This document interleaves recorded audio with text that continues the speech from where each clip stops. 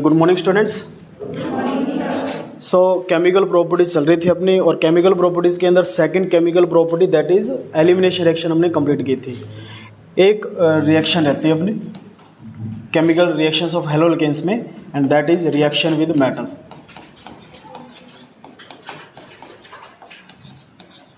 Metal के साथ alkyl hydride किस तरह से रिएक्ट करते हैं।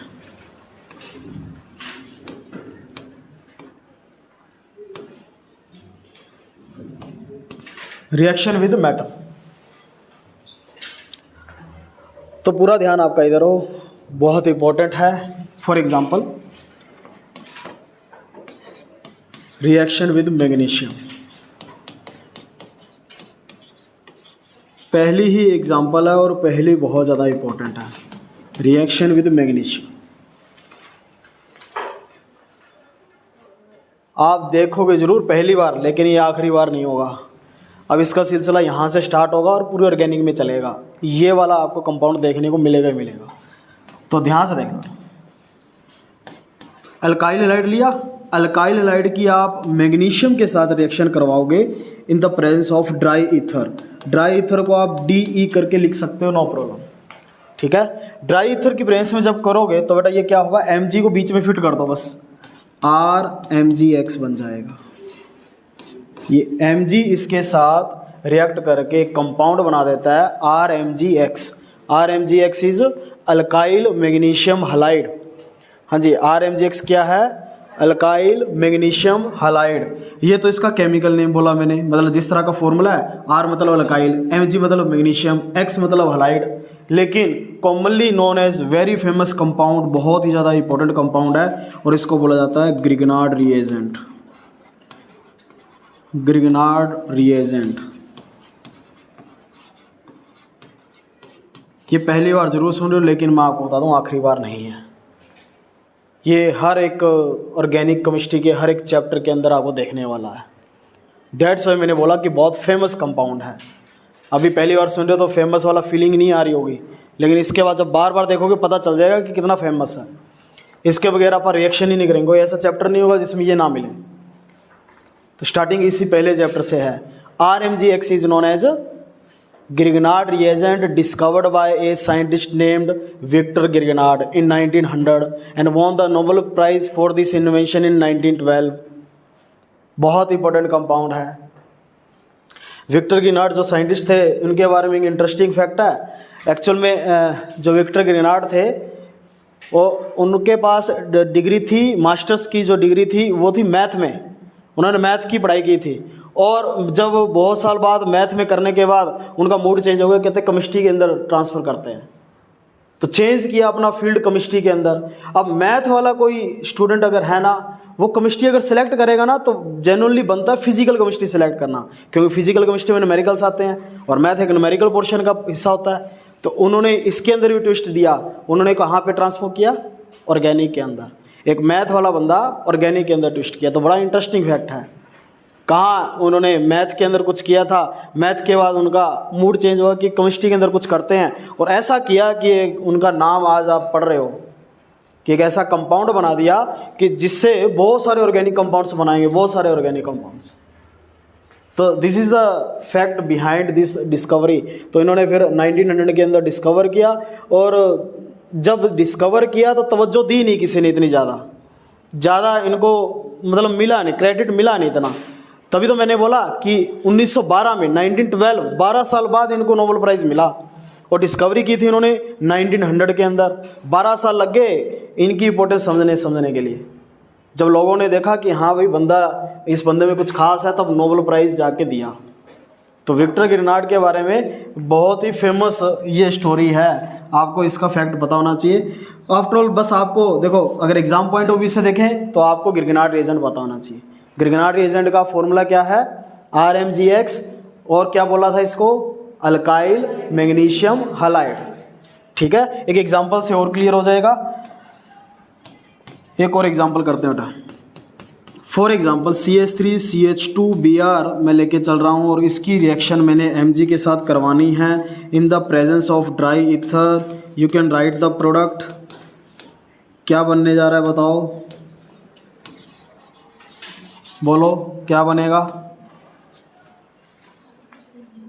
रिएक्शन सिंपल है, क्या बनेगा बताओ? बस मैग्नीशियम को बीच में लगाना और क्या करना है? CH3 CH2 MgBr।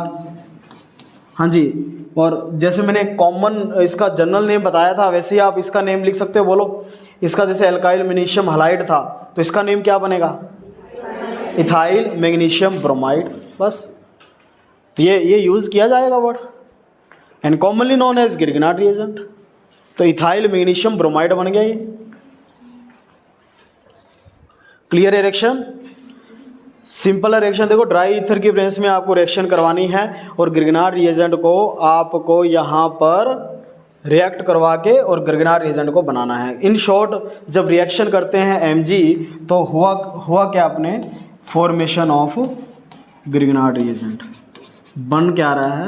गिरगिनाट रिएजेंट बन रहा है। फॉर्मेशन ऑफ गिरगिनाट रिएजेंट पूरा लिख लेंगे, ठीक है? एज एन इंफॉर्मेशन आप राइट कर सकते हैं भी। जब अल्काइल हैलाइड मैग्नीशियम एक मेटल है उसके साथ रिएक्ट कर रहा है तो ये क्या बनाएगा? गिरगिनाट रिएजेंट बनाएगा, ठीक है?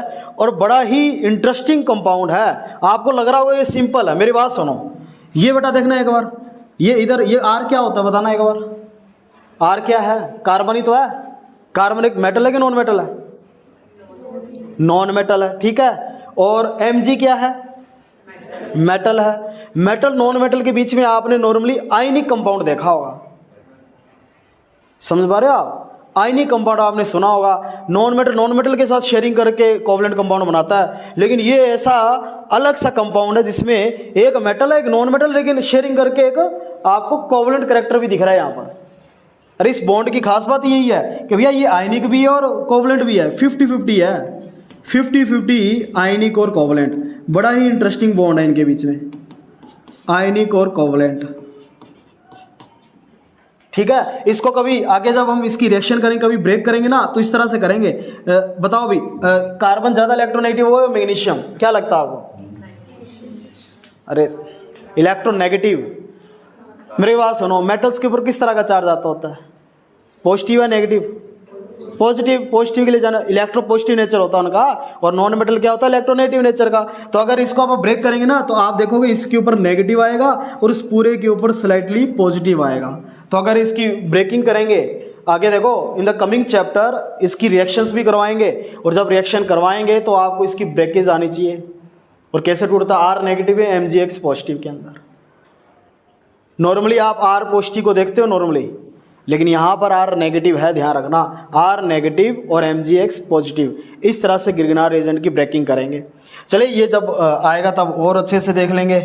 फिलहाल के लिए तो आपको ये पता होना चाहिए कि मैग्नीशियम के साथ अल्काइल हैलाइड रिएक्ट करके क्या बनाता है, और क्या बनता है? RMgX। क्या बोलते हैं इसको? गिरगिनाट रिएजेंट, ठीक है? चलिए आगे बढ़ते हैं। अच्छा, फिर ये देखो, इस कंडीशन की भी एक कहानी है, अभी देख लो। अब ये इसको भी देख लो। ये ड्राई ईथर लगाना ज़रूरी है, सिचुएशन ड्राई रखना बहुत ज़्यादा ज़रूरी है। थोड़ी भी मॉइस्चर आ गया, मॉइस्चर समझ रहे हो क्या होता है? मॉइस्चर में थोड़ा सा भी पानी लग गया, थोड़ा सा भी, हल्का सा भी, तो ये रिएक्ट कर जाएगा। गिरगिनाट रिएजेंट रहेगा ही नहीं। तो थोड़ा सा इसकी, अब आगे इसकी रिएक्शन की बात कर रहे हैं, थोड़ा सा यहाँ पर है कि गिरगिनाट रिएजेंट ना बेटा, गिरगिनाट रिएजेंट के बारे में एक बात जानेंगे। गिरगिनाट रिएजेंट उन कंपाउंड्स के साथ बड़ा ही इजीली रिएक्ट कर जाएगा जिनके अंदर प्रोटॉन होगा, प्रोटॉन कंटेनिंग कंपाउंड्स।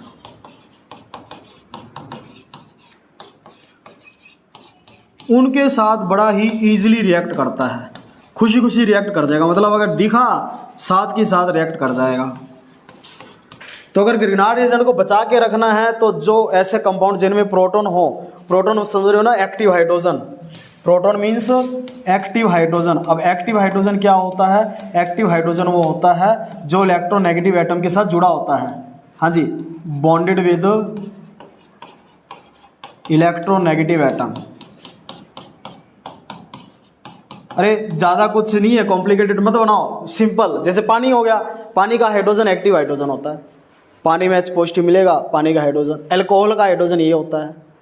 कोई भी इलेक्ट्रोनेगेटिव नॉर्मली क्या होंगे? ऑक्सीजन, नाइट्रोजन, बस दो याद रख लो। जो ऑक्सीजन नाइट्रोजन के साथ जुड़े होंगे ना, वो एक्टिव हाइड्रोजन है, और अगर ऐसे कंपाउंड इसके कॉन्टैक्ट में आ गए तो फिर ये नहीं बख्शने वाला, ये साथ के साथ रिएक्ट कर जाएगा। और रिएक्ट करके बेटा इसका कंपाउंड भी फिक्स है, याद रखना चाहो तो ये हाइड्रोकार्बन बना देता है। Formation of hydrocarbon means alkane बना देगा भी। अगर गिरगनाट रिएजेंट को कहीं से प्रोटॉन मिल गया वो H लेगा और अल्केन बना देगा, सिंपल।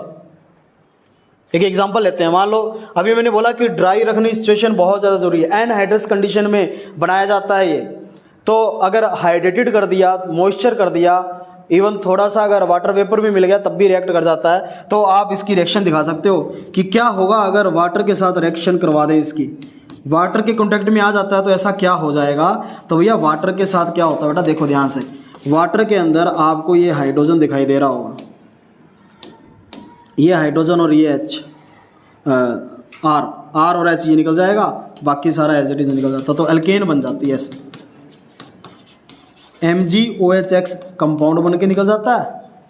और RH क्या होती है, अल्केन बन जाती है, ठीक है। और अगर आपको प्रोडक्ट को ध्यान रखना है कि ये याद नहीं हो रहा तो नो प्रॉब्लम, आप लॉजिकली इसको समझ सकते हो। अभी भी मैंने ब्रेक करना बताया था, कैसे ब्रेक करते हैं बताना। RMgX को बताओ कैसे ब्रेक करोगे, R negative MgX positive. Water को कैसे ब्रेक करते हो, H पॉजिटिव OH, अब पॉजिटिव नेगेटिव को तो जोड़ सकते हो, जोड़ना, R नेगेटिव और H पॉजिटिव क्या बन जाएगा, RH, और बाकी OH नेगेटिव से MgX के साथ निकाल दो, MgOHX निकल जाएगा साइड प्रोडक्ट, और ये अपना मेन प्रोडक्ट अल्केन बन के निकल जाएगा। तो मतलब ही नहीं है कि एज इट इज तुम्हें कोई क्रैमिंग करनी पड़े, लॉजिकली आप लर्निंग कर सकते हो इस चीज़ की। क्लियर अब आपको, अल्केन इस तरह से बन जाएगी। तो कहीं से भी अगर इसको H मिल गया ना तो ये छोड़ेगा नहीं बेटा। एक और आप एग्जांपल ले लेते हैं इसकी, अगर जैसे एक और एग्जांपल लिखें तो जैसे मान लो CH3MgBr को अल्कोहल मिल गया, मान लो CH3OH, तो अल्कोहल के अंदर आपको एक्टिव हाइड्रोजन दिखाई दे रहा होगा। कुछ नहीं करना, इसका R पकड़ो और इसका H निकाल दो, CH3 और H क्या बन जाएगा, CH4, और बाकी एज इट इज निकाल दो जो तुम्हें दिखाई दे रहा है। Mg इधर से OCH3 आया और इधर से Br लगाइए। This is another example. कहने का मतलब गिरगनाट रिएजेंट को कहीं से भी अगर प्रोटॉन कंटेनिंग कंपाउंड मिला तो खुशी खुशी रिएक्ट कर जाएगा फटाफट, टाइम नहीं लगाया, कोई कंडीशन की भी ज़रूरत नहीं है। देख सकते हो कोई कंडीशन नहीं है, कॉन्टैक्ट में आना चाहिए, बस कॉन्टैक्ट में आया और हो गया काम। दैट्स वाई जो गिरगनाट रिएजेंट है उनको प्रिपेयर करते हैं एनहाइड्रस कंडीशंस के अंदर। आ रही बात समझ में? आपको ये बात पता होनी चाहिए, क्वेश्चन बनता है इसका। आप एनसीईआरटी में देखो क्वेश्चन मिलेगा आपको कि Grignard reagent should be prepared under anhydrous condition, explain why. तो रीज़न क्या होगा, because in contact of moisture जो कि वाटरी होता है इट रिएक्ट कर जाता है और क्या बना देता है, अल्केन बना देता है। तो इसीलिए वाटर के कॉन्टैक्ट में नहीं आना चाहिए, रिएक्ट कर जाएगा। तो फिर गिरगनाट रिएजेंट रहेगा ही नहीं। Are you getting my point? तो ये रिएक्शन थी बेटा गिरगनाट रिएजेंट की फॉर्मेशन, और गिरगनाट रिएजेंट की भी फर्दर रिएक्शन हमने देखी। और इसी तरह से अभी तो ये स्टार्टिंग हुई है, इसी तरह से रिएक्शंस इसकी चलती जाएगी। ऐसा कोई चैप्टर नहीं है जिसमें इसकी रिएक्शंस ना मिले। हाँ जी, ध्यान से देखना। आगे बात करते हैं रिएक्शन विद Na, सोडियम के साथ। और इसकी बड़ी फेमस रिएक्शन है, मे बी आपने 11th में सुनी हो भी, वुड्स रिएक्शन। नाम सुना लग रहा है ये? वुड्स रिएक्शन नाम करके एक रिएक्शन थी, और इसकी कंडीशन भी बताई थी आपको। कंडीशन क्या होती है जी, इसमें Na लेते हैं और ड्राई ईथर लेंगे। मेटल्स के साथ आपको ड्राई ईथर देखने को मिलेगा नॉर्मली। तो Na होगा और साथ में ड्राई ईथर होगा, ठीक है। Na और ड्राई ईथर इसकी कंडीशन रहेगी। और वुड्स रिएक्शन अगर याद हो, इसकी टैगलाइन थी एक का डबल करना। याद है कुछ? आया कुछ याद? एक का डबल। तो क्या करते हैं इसमें बेटा, RX लेंगे और Na लेंगे और किसकी प्रेजेंस में, ड्राई ईथर की प्रेजेंस में रिएक्ट करवा देंगे। और इसमें एक का डबल करना है तो दो मॉलिक्यूल्स लेके चलेंगे और आपका क्या बन जाएगा, आर बन जाएगा और 2NaX निकल जाएगा, बनेगी इसमें भी अल्केन। कैसी हुई रिएक्शन, कुछ इस तरह से आप इसको ध्यान रख सकते हो कैसे करना है।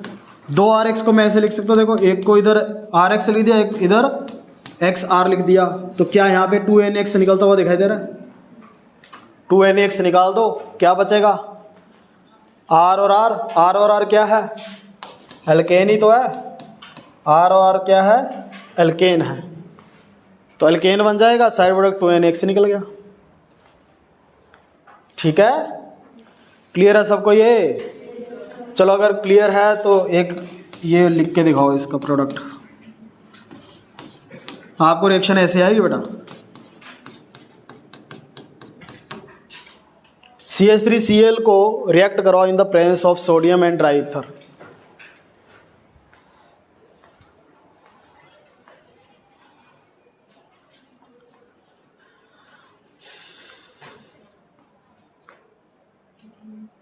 क्या बनेगा, इथेन बनेगा, बहुत अच्छे, इथेन बन जाएगा बेटा इसका, ठीक है ना। तो इसका प्रोडक्ट इथेन बनेगा। अब इतना तो समझ होंगे ना, ये दो लगा के आपको देंगे नहीं, तुम सोच रहे हो हमें सजा के दो लगा के दें आगे। ये अंडरस्टूड होना चाहिए कि वुड्स रिएक्शन की आपने कंडीशन पहचान ली, तो ये अंडरस्टूड है कि दो मॉलिक्यूल्स लेके चलना पड़ेगा। बात समझ में आ रही है आपको। और जब ऐसा होगा तो क्या बनेगा, CH3 और साइड प्रोडक्ट क्या निकल रहा है, 2NaCl। तो ethane will be the product. Is it clear, ये वाली रिएक्शन सबको क्लियर है कैसे हुई। अच्छा, इसकी फिर एक लिमिटेशन भी थी। लिमिटेशन ये थी कि वुड्स रिएक्शन जो है ना बेटा सिर्फ सिमेट्रिकल अल्काइल हैलाइड के लिए एप्लीकेबल है। मान लो मैं CH3Cl लेके चलूँ और एक मैं लेके चलूँ CH3CH2Cl, अब ये सिमेट्रिकल नहीं है। सिमेट्रिकल मतलब एक जैसे, अनसिमेट्रिकल अल्काइल हैलाइड लिया मैंने, एक कार्बन का, एक 2 कार्बन का है, ठीक है जी। और इसकी रिएक्शन मैं 2Na के साथ करूं तो आप क्या प्रोडक्ट प्रेडिक्ट कर पा रहे हो यहाँ से, क्या लग रहा है आपको। इधर है जी CH3Cl, ठीक है, 2Na है, और इधर है Cl CH2CH3, और निकालने का अगर वही आप करते हो तो 2NaCl निकल जाएगा जी। 2NaCl निकाल देते हैं, प्रोडक्ट क्या बनेगा बताओ, प्रोडक्ट क्या बन जाएगा, CH3 CH2 CH3, ये बन रहा है। तो अगर आप ये सोच रहे हो कि सिर्फ यही बनेगा तो ये आपकी गलतफहमी है, ये नहीं बनता। इसमें आपको और क्या क्या देखने को मिलेगा, साथ में इसमें आपको और कुछ भी देखने को मिलता है। क्या क्या देखने को मिलेगा, ये सारी चीज़ें। कहाँ आपने प्रोडिक्ट किया था कि प्रोपेन बननी चाहिए इसमें, लेकिन साथ में और क्या मिला आपको, इथेन भी मिल गई, और क्या मिला, ब्यूटेन भी मिल गया। तो एक मिक्सचर ऑफ अल्केन्स मिल रहा है जब अनसिमेट्रिकल लेके चल रहे हैं। आ रही बात समझ में। अनसिमेट्रिकल जब लेके चलेंगे तो क्या मिलेगा आपको, मिक्सचर मिलेगा। अनसिमेट्रिकल समझ गए ना आप। अनसिमेट्रिकल याद ना रहे तो इवन ऑड भी कर सकते हो। किसी के आगे 2 लग गया तो वो इवन होता है, किसी के आगे 2 लग गया तो वो क्या होता है, इवन नंबर ही होगा। यहाँ पे देखो ऑड मिल रहा है आपको, इधर 2 कार्बन इधर 1 कार्बन, दोनों को जोड़ो 3 कार्बन बनेंगे। तो ऑड वाले केस में आपको मिक्सचर मिलेगा, यानी कि वुड्स रिएक्शन एप्लीकेबल है सिर्फ और सिर्फ किसके लिए, सिमेट्रिकल अल्काइल हैलाइड के लिए, या जिसमें इवन नंबर ऑफ कार्बन हो। Is it clear. आप इसमें एक स्पेशल नोट लिख देंगे। स्पेशल नोट ये लिखेंगे बच्चों कि Wurtz reaction is applicable only for, woods reaction is applicable only for symmetrical alkyl halide.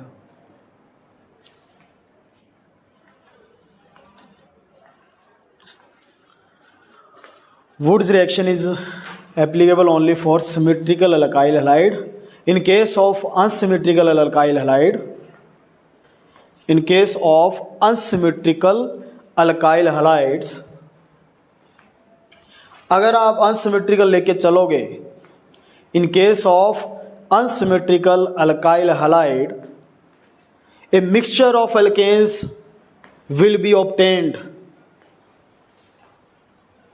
A mixture of alkanes will be obtained which is difficult to separate, which is difficult to separate. तो क्या फिर आप unsymmetrical alkyl halide के लिए Wurtz reaction use करेंगे? बताओ,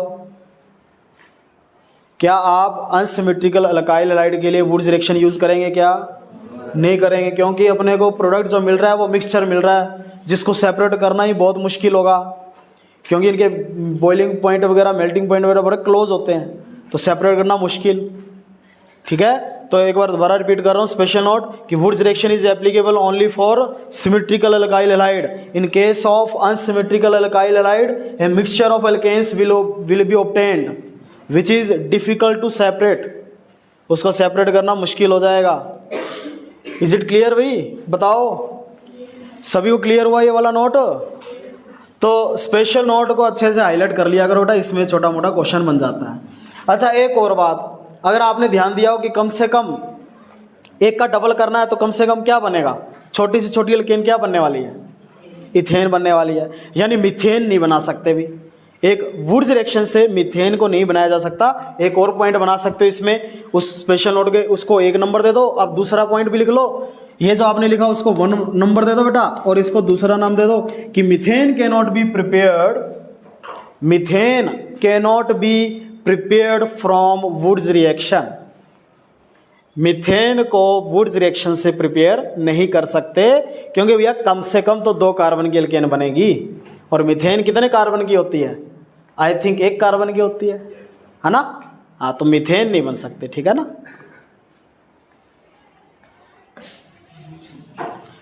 clear है बच्चों? बताओ। तो ध्यान रखना, वुड्स रिएक्शन सिर्फ सिमेट्रिकल के लिए है, यानी इवन नंबर कार्बन के लिए है, ऑड के लिए मिक्सचर बनेगा। ठीक है, तो this is about the reaction with metal. So अब कुछ हम बात करेंगे केमिकल रिएक्शंस ऑफ हैलोअरीन्स की। केमिकल रिएक्शंस ऑफ हैलोअरीन्स, देखो ये हैलो अल्केन्स की थी, हैलोअरीन्स की अब करने जा रहे हैं। हैलो अल्केन्स की हमने अभी तक कंप्लीट की बेटा, और अब हैलोअरीन्स की रहती है। This is the last portion of this chapter reaction wise. ठीक है ना, कुछ थ्योरिकल पार्ट रह जाएगा, but reaction wise last portion में आ गए, केमिकल प्रॉपर्टीज के लास्ट पोर्शन। अल्काइल हैलाइड अगर लेके चले बेटे, सॉरी अराइल हैलाइड, हैलोअरीन्स मतलब अराइल हैलाइड अगर लेके चलें तो वो किस तरह की रिएक्शन शो करेगा? तो पहले हम चेक करते हैं न्यूक्लियोफिलिक सब्स्टिट्यूशन रिएक्शन।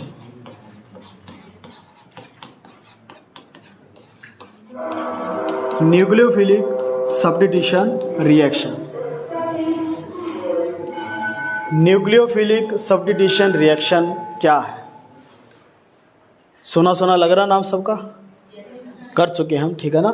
हम इस तरह की रिएक्शन कर चुके हैं बेटा। क्या कौन सी कर चुके हैं? जैसे मान लो RH था, इसको मान लो एक्वस NaOH के साथ रिएक्शन करवाई, क्या बना था याद हो आपको? हाँ जी, ROH और NaX बना था। ये X जो है डिस्प्लेस हो रहा था इससे बेटा, दैट्स वाई। और ये भी एक न्यूक्लियोफाइल है, X भी एक न्यूक्लियोफाइल है, तो एक न्यूक्लियोफाइल दूसरे न्यूक्लियोफाइल को डिस्प्लेस कर रहा था, and that's why it is a type of nucleophilic substitution reaction. तो ये तो अल्काइल हैलाइड था, लेकिन अब हम जो केमिकल रिएक्शंस करने जा रहे हैं वो किसकी कर रहे हैं? अराइल हैलाइड की ना, बेंजीन वाले की। तो ध्यान रखना, ये तो अल्काइल हैलाइड के बारे में था, तो हम मान लो इसकी रिएक्शन करवा रहे हैं बेटा। कंपैरिजन करने के लिए मैंने लिख दिया, तो क्या इसका प्रोडक्ट भी बना सकते हो? क्या बनाओगे बताओ? क्या क्या चेंजेस आएंगे और क्या बनेगा? बेंजीन पे क्या लग जाएगा? OH, और साथ में क्या निकल जाएगा? NaCl। क्या यही सोच रहे सभी? हाँ, तो बेटा प्रॉब्लम ये है कि ये गलत होगा, ये होगा नहीं। कंपैरिजन तो बहुत अच्छा किया, किसी X की जगह OH आ जाएगा, यहाँ X की जगह Cl था तो Cl की जगह OH आ जाएगा, लेकिन आप भूल गए हो कि इस बार X के साथ कौन जुड़ा हुआ है? बेंजीन जुड़ा हुआ है। बेंजीन को तुम हल्के में नहीं ले सकते, आ रही बात समझ में? बेंजीन ऐसा क्या करेगा? तो यानी कि NaOH के साथ nucleophilic substitution reaction aryl halide आसानी से नहीं दे रहा है, ऐसा क्यों? तो पहला क्वेश्चन यही बन जाता है कि why aryl halides are less reactive than alkyl halide towards the nucleophilic substitution reaction. Question write करेंगे, इस क्वेश्चन के आंसर को पहले समझेंगे, उसके बाद अपने वर्डिंग के अंदर लिखना है आपको। तो पहले क्वेश्चन राइट कर लो कि why are aryl halides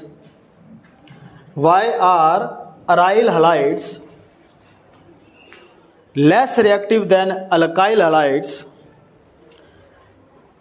Why are aryl halides less reactive than alkyl halides towards nucleophilic substitution reaction? क्या पता आपको एज इट इज साथ के साथ इसी लैंग्वेज में मिल जाए question. Towards nucleophilic substitution reaction, देखो why are aryl halides less reactive than alkyl halides. Why are aryl halides less reactive than alkyl halide towards nucleophilic substitution reaction? कि हम तो इसी तरह से करने जा रहे थे भी, ऐसा क्या हो गया कि ये रिएक्ट नहीं कर पा रहा है? बनता तो यही था भी OHCl को बदल देता और उसकी जगह लग जाता, एक न्यूक्लियोफिलिक सब्स्टिट्यूशन रिएक्शन हो जाती। लेकिन आप ये बोल रहे हो कि भैया इसमें बेंजीन है। आ रही बात समझ में? तो बेंजीन जो है ये ऐसा क्या कर देता है। अब इसके आंसर को समझेंगे, अपने आप करोगे इसके आंसर को अपनी वर्डिंग का यूज़ करके। सबसे पहले ध्यान से देखना, बेंजीन जहाँ आ जाए तो पहला पॉइंट तो यही बन जाता है, रेजोनेंस।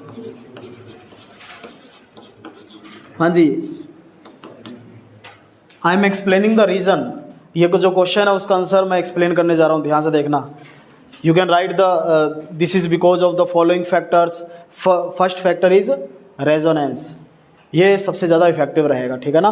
रेजोनेंस ऐसा क्या करता है, जहाँ बेंजीन आ जाता है भैया रेजोनेंस की बात करते ही करते हैं, ठीक है।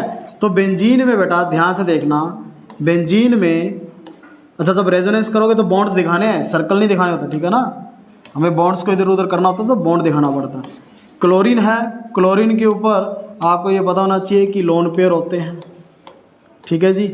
और ये लोन पेयर अपना बेंजीन को देगा, तो ये एक साइकिल चलेगी इस तरह से। और जब साइकिल चलेगी तो क्या बनता जाएगा, आगे से आगे चार्ज आते जाएंगे और उसके हिसाब से आप नेगेटिव पॉजिटिव चार्ज दिखाते जाओगे।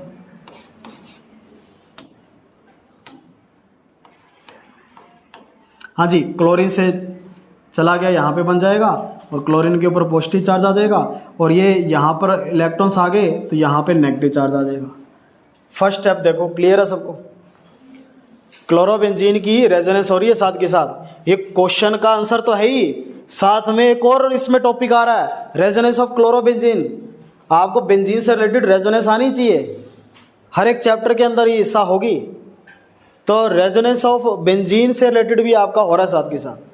क्वेश्चन एक है लेकिन आंसर दो जनों के यहाँ पे एक्सप्लेन होंगे, दो क्वेश्चंस के। एक तो ये क्वेश्चन जो आपको लिखवाया, एक अगर रेजोनेंस ऑफ बेंजीन के रिगार्डिंग कोई क्वेश्चन आ जाता है जिस पे हैलोजन लगा है तो उसका भी आंसर यही होगा कि आपको रेजोनेंस आप कर सकते हो। हाँ जी, उसके बाद क्या होगा, आगे से आगे ये पूरी साइकिल चलाएंगे अच्छे से। आपको पता है इसके बारे में, अगर रेजोनेंस के बारे में थोड़ा बहुत अगर आपने पढ़ा है, कुछ याद है, तो ये आगे से आगे शिफ्ट करते जाएंगे, और शिफ्ट जब करेंगे तो उसी के हिसाब से बॉन्ड शिफ्ट कर देंगे। हाँ जी, ये बॉन्ड इधर, ये बॉन्ड इधर आ जाएगा। इसके बाद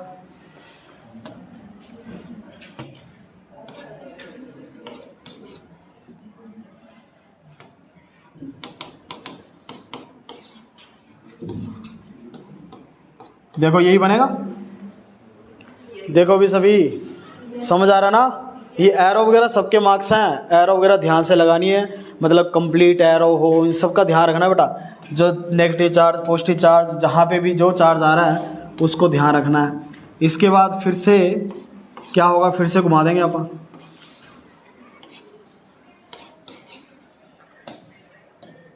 हाँ जी, ये क्या करेगा, ये आगे इधर शिफ्ट होगा, ये इधर जाएगा, तो यहाँ पर नेगेटिव चार्ज आ जाएगा, इधर बॉन्ड आ जाएंगे।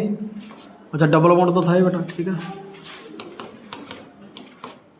ये लो जी, क्लियर है ये देखो, ठीक है। और इसके बाद फिर से आप रोटेट कर देंगे, फुल एंड फाइनल रोटेट कर देंगे।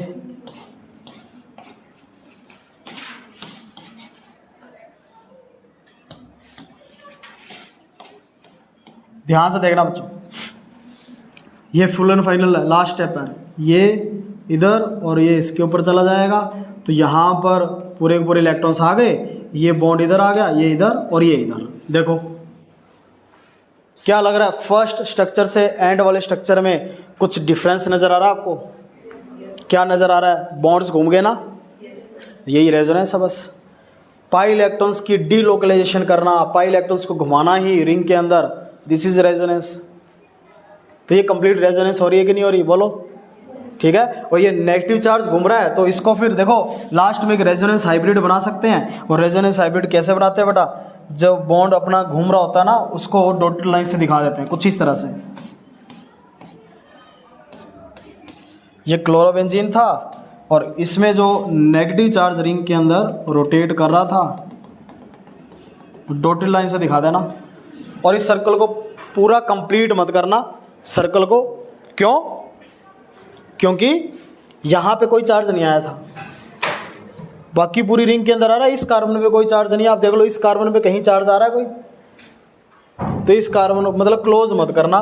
दिस इज रेजोनेंस हाइब्रिड, ये रेजोनेंस हाइब्रिड होती है।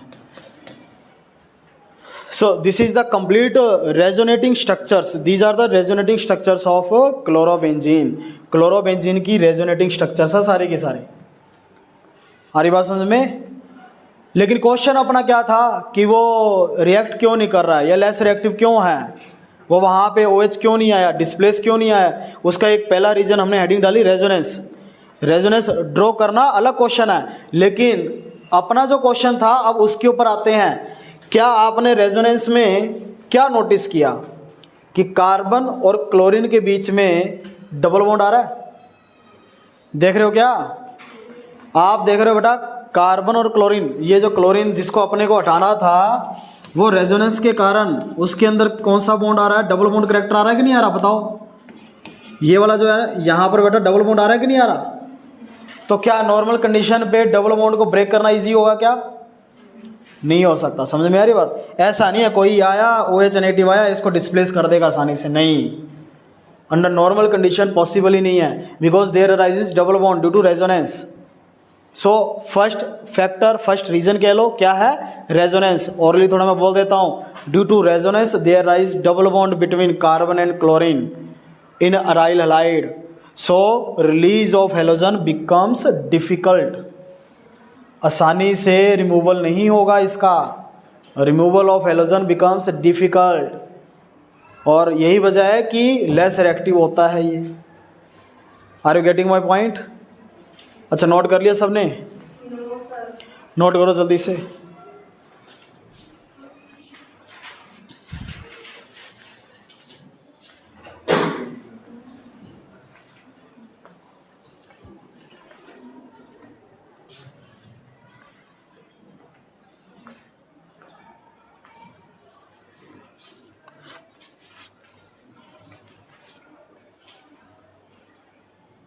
कर लिया?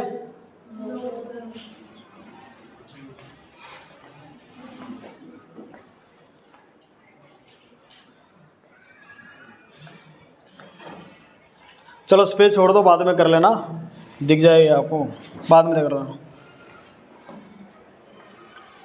Second factor is hybridization. Hybridization क्या कहती है? हाइब्रिडेशन फिनोमिना नाम सुना है सबने?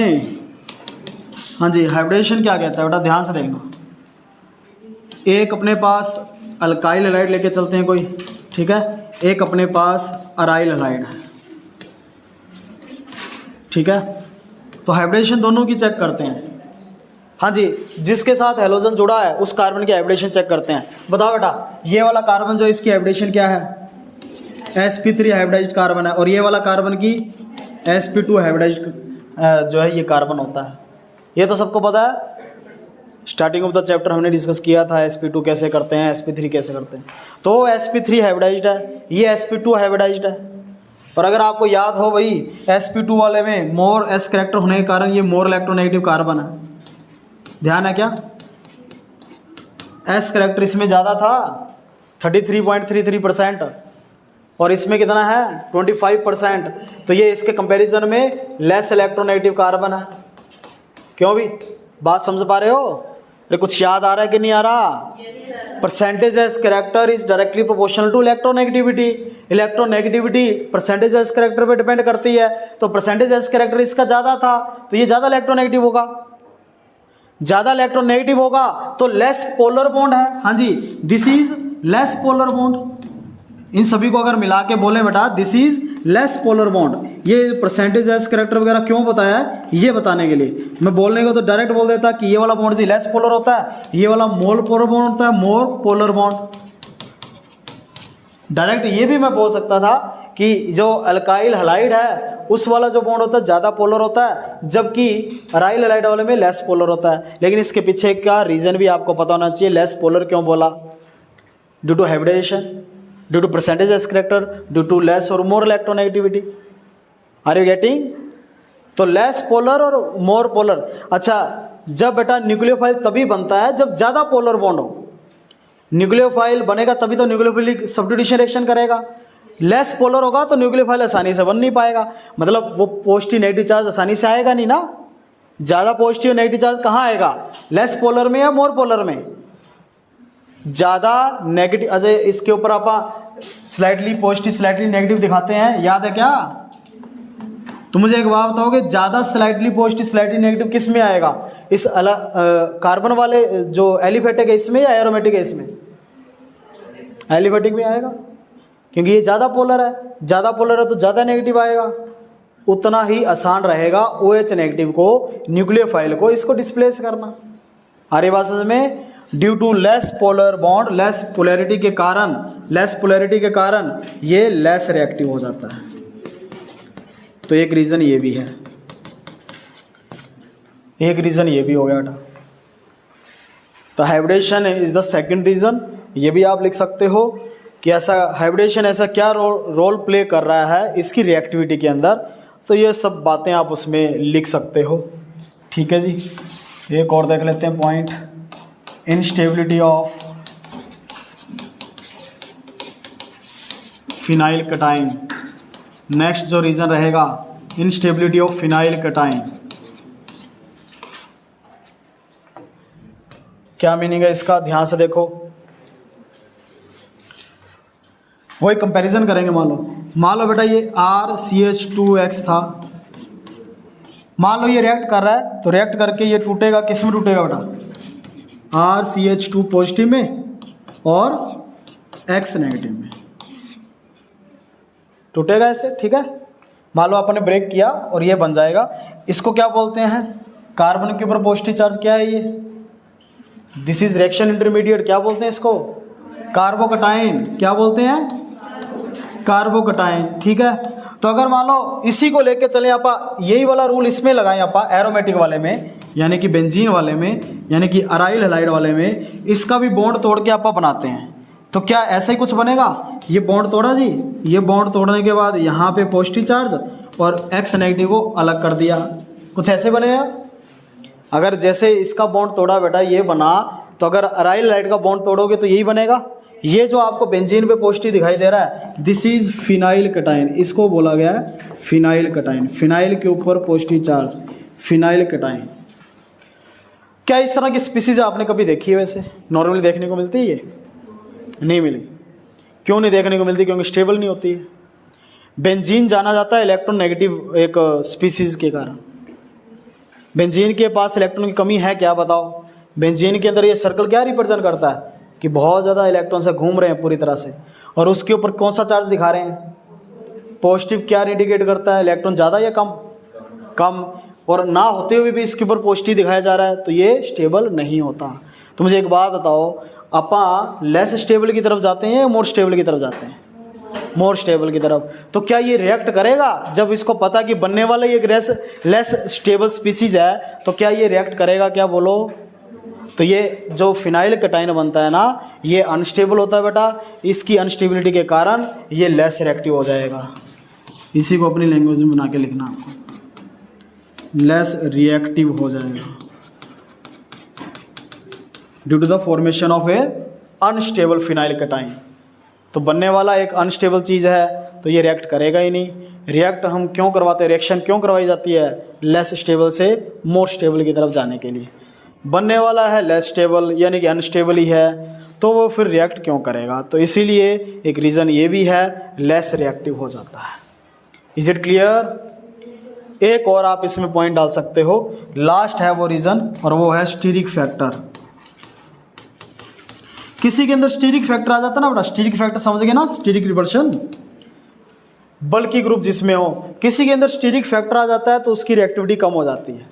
क्या लगता है आपके सामने एक अल्काइल हैलाइड है और एक अराइल हैलाइड है, बल्कि ग्रुप किस में लग रहा है आपको, अल्काइल हैलाइड में या अराइल हैलाइड में? कोई भारी ग्रुप किस में लग रहा है आपको, अराइल हैलाइड में। तो बल्कि ग्रुप होने के कारण इसमें स्टीरिक फैक्टर आ जाता है और कहीं ना कहीं ये भी रिस्पॉन्सिबल हो जाता है for its less reactivity. Are you getting. Steric factor आ जाता है अराइल हैलाइड में और स्टीरिक फैक्टर होने के कारण इसकी रिएक्टिविटी डिक्रीज हो जाती है बेटा। देखो अराइल हैलाइड में, अराइल हैलाइड ये रहा, इसमें बच्चों ये बल्कि ग्रुप है, ये बल्कि ग्रुप है जिसके कारण स्टीरिक रिपल्शन आ जाता है और स्टीरिक रिपल्शन के कारण रिएक्टिविटी डिक्रीज कर जाती है, reactivity decreases. So these are the 4 factors. आप स्टार्टिंग के 2 तो 100% करेंगे ही करेंगे बच्चों, 2 तो एटलीस्ट आपको एक्सप्लेनेशन के साथ पता हो। जब प्रॉपर मान लो क्वेश्चन आता है तो पहले 2 आप 100% करेंगे। ध्यान से सुनना, मैंने ऐसे नहीं बोला कोई भी 2, पहले 2 जरूर करने हैं, रेजोनेंस और हाइब्रिडेशन वाला जरूर करना है। ये आपकी चॉइस है, इसमें से करना चाहो तो कर सकते हो, वेल एंड गुड, अदरवाइज पहले 2 फैक्टर तो आपको 100% आने चाहिए। Is it clear. This is about the comparison of reactivity of aryl halide and alkyl halide towards nucleophilic substitution reaction। और ऑल्थो साथ में आपका रीज़न भी है कि अराइल हैलाइड कम रिएक्टिव क्यों होते हैं न्यूक्लियोफिलिक सब्स्टिट्यूशन रिएक्शन के टुवार्ड्स। समझ गए सभी, ठीक है, क्लियर है सबको। तो ये बेटे आपके फैक्टर्स रहेंगे। पहला फैक्टर क्या था, रेजोनेंस, दूसरा हाइब्रिडेशन, तीसरा instability of phenyl cation and fourth one steric repulsion या स्टीरिक फैक्टर, ठीक है। So this is about the nucleophilic substitution reaction of aryl halide. तो आप ये समझ जाओ कि इसको हम नॉर्मली तो कर नहीं सकते, तो फिर कुछ कंडीशन लगाएं क्या, तो आपके सामने कुछ कंडीशन लगा के उस रिएक्शन को करवाएंगे।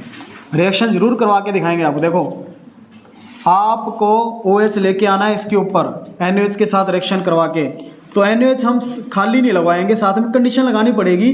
तो 623 केल्विन टेम्परेचर लगाया जाता है, 300 ATM प्रेशर लगाया जाता है।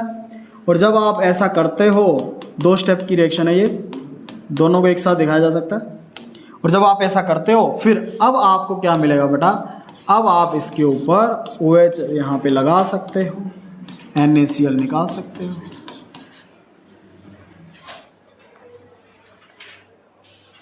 एक रिएक्शन आपने ये पहली बार ये देखी, देखो जब आप नॉर्मली कर रहे थे NaOH के साथ रिएक्शन हो रही थी क्या, बताओ, नहीं हो रही थी। रिएक्शन ऐसे लिख भी नहीं देनी है, प्रोडक्ट बना दो कभी। यही सेम प्रोडक्ट अगर क्लोरोबेंजीन से फिनॉल बनाना है, सेम आपको बनाना है, तो आपको इसके थ्रू जाना पड़ेगा। और ये कोई अपनी तरफ से नहीं लगाई भाई, किसी बंदे ने लगाई, और इसका नाम भी है, this is top reaction, you can say top reaction number 5 होगी क्या, 4 पहले हो चुकी है, 5th top reaction, and this is dose process. इसको डोज प्रोसेस बोला जाता है। जो नॉर्मल कंडीशंस के अंदर रिएक्शन नहीं हो रही थी तो हमने स्पेशल कंडीशन लगाई, और वो स्पेशल कंडीशन क्या है, एक टेम्परेचर कंडीशन है। टेम्परेचर कितना है, 623 केल्विन टेम्परेचर, और प्रेशर कितना है, 300 एटमॉस्फेयर प्रेशर है।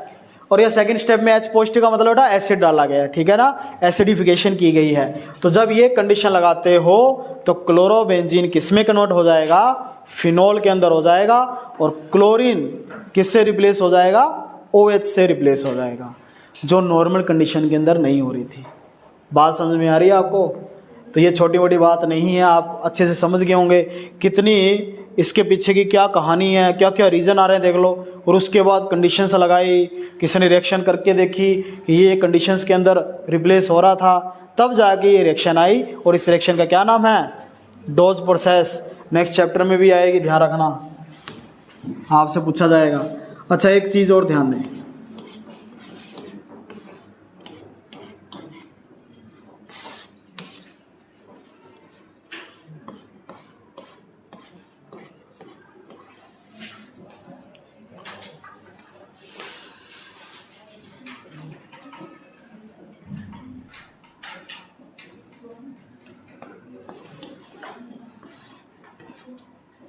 बड़ा इंटरेस्टिंग यहाँ पे टॉपिक रहेगा।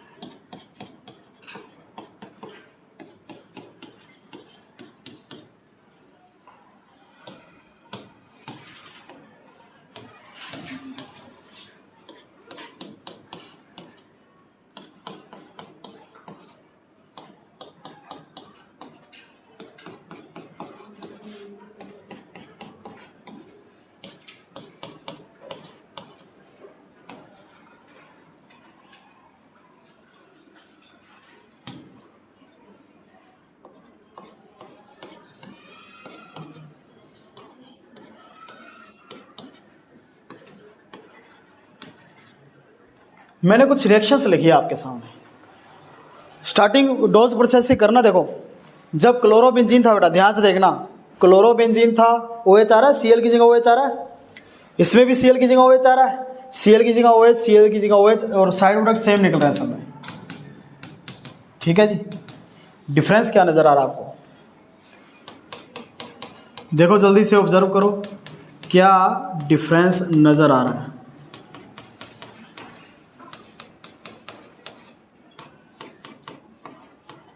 और डिफरेंस ऐसा होना चाहिए जो मुझे लगे कि हाँ आपने कुछ समझा है इसमें।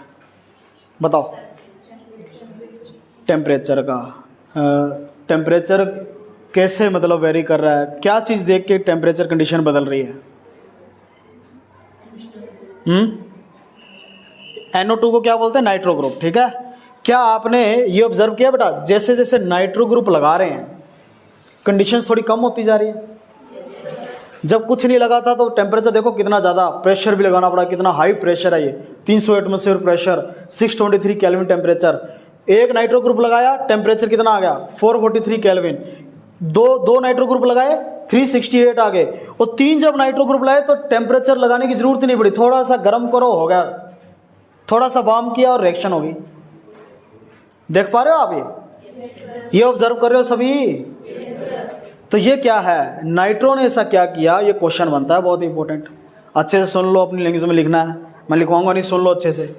यहाँ पे नाइट्रो ऐसा क्या कर देता है बेटा, तो यहाँ पे सारा इफेक्ट नाइट्रो का ही है। आपको भी अच्छे से समझ में आ रहा होगा कि नाइट्रो यहाँ पे ऐसा कुछ कर रहा है जिसके कारण ये कोई फर्क पड़ रहा है। ठीक है ना?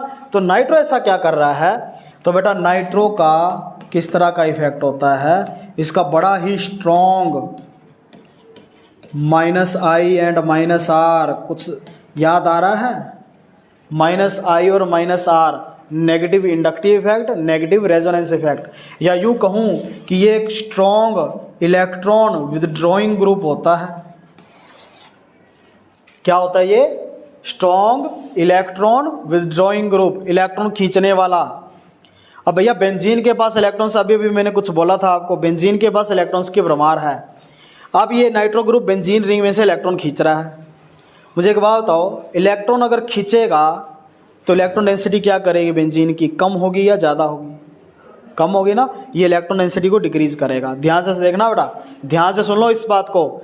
नाइट्रो ग्रुप एक इलेक्ट्रॉन विड्रॉइंग ग्रुप है, ये इलेक्ट्रॉन खींचने का काम करता है, तो इलेक्ट्रॉन डेंसिटी बेंजीन रिंग की एक डिक्रीज कर देगा। अब बेंजीन पे अटैक कौन कर रहा है, न्यूक्लियोफाइल कर रहा है ना, बेंजीन पे अटैक कौन कर रहा है अभी, OH नेगेटिव आ रहा है ना इधर। जहाँ इलेक्ट्रॉन डेंसिटी कम होगी वहाँ न्यूक्लियोफाइल ज़्यादा जाएगा, या इलेक्ट्रॉन डेंसिटी ज़्यादा है वहाँ न्यूक्लियोफाइल जाएगा, कम है वहीं, क्योंकि न्यूक्लियोफाइल क्या होता है, जिसके पास इलेक्ट्रॉन खुद बहुत ज़्यादा है, तो जहाँ इलेक्ट्रॉन डेंसिटी कम होगी वहीं जाएगा।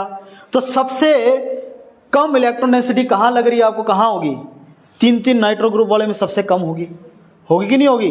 तो फिर यहाँ पर न्यूक्लियोफाइल का अटैक क्या हो जाएगा, बहुत आसान हो जाएगा।